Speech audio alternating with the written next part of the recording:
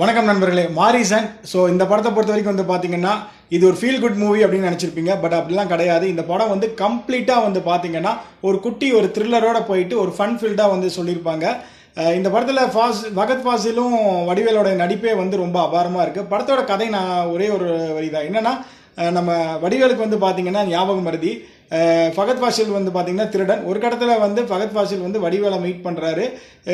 So meet பண்ணும்போது ரெண்டு பேர் வந்து பார்த்தீங்கன்னா ஊராக போகிறாங்க. எதுக்குன்னு வந்து பார்த்தீங்கன்னா, வடிவேல்கிட்ட இருந்து எப்படியாவது பணத்தை அடிக்கணும், வடிவோட அக்கௌண்ட்டில் வந்து 25 லட்ச ரூபா பணம் இருக்கும், அதை அடிக்கணும் அப்படின்னு சொல்லிட்டு ஃபகத் ஃபாசில் ட்ரை பண்ணுவார். ஸோ அதை வந்து பார்த்தீங்கன்னா அவரை கூட்டிட்டு ஊராக சுற்றிக்கிட்டே இருப்பாங்க. பட் வடிவேலு எதுக்காக இவர் கூட ட்ராவல் பண்ணுறாரு அப்படிங்கிற விஷயம் ஃபகத் ஃபாசிலுக்கு வந்து தெரியாது. பட் இன்டர்வல் பிளாக் வரும்போதே தெரியும், ஓ நம்மக்கிட்ட வந்து வடிவேலு மாட்டல, வடிவேல் கிட்ட தான் நம்ம மாட்டியிருக்கோம் அப்படின்னு ஃபீல் பண்ணுவோம் அப்படி. ஆனால் செகண்ட் ஹாஃபில் வந்து கதையை வேறு மாதிரி எடுத்துகிட்டு போவாங்க.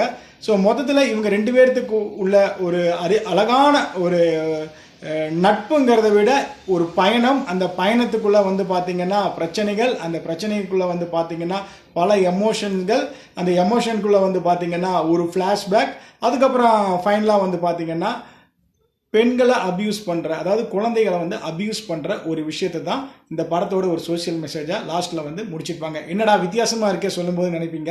ஆமாங்க, ஃபர்ஸ்ட் ஹாஃப் வந்து பார்த்தீங்கன்னா இந்த மாதிரி தான் போகும். பட் செகண்ட் ஹாஃப் வந்து பார்த்தீங்கன்னா அதோட ஜென்ரிக்கே வந்து வேறு மாதிரி மாற்றிருப்பாங்க. பட் ரெண்டுக்குமே வந்து ஒரு நல்ல கனெக்ட் இருக்கும். ஸோ இந்த படத்தோடைய கம்ப்ளீட் ரிவ்யூ பார்க்கணும்னா நம்ம சேனலில் போட்டிருங்க. ஸோ மறக்காமல் பாருங்கள். இந்த படம் வந்து ரொம்ப நல்லா இருக்குது. உண்மையிலேயே தலைவன் தலைவி மாரிசன் ரெண்டு படமே ஒர்த் ஃபார் வாட்சிங். இங்கே பாருங்கள், பார்த்துட்டு உங்களை கருத்து வந்து பதிவிடுங்க. நன்றி, வணக்கம்.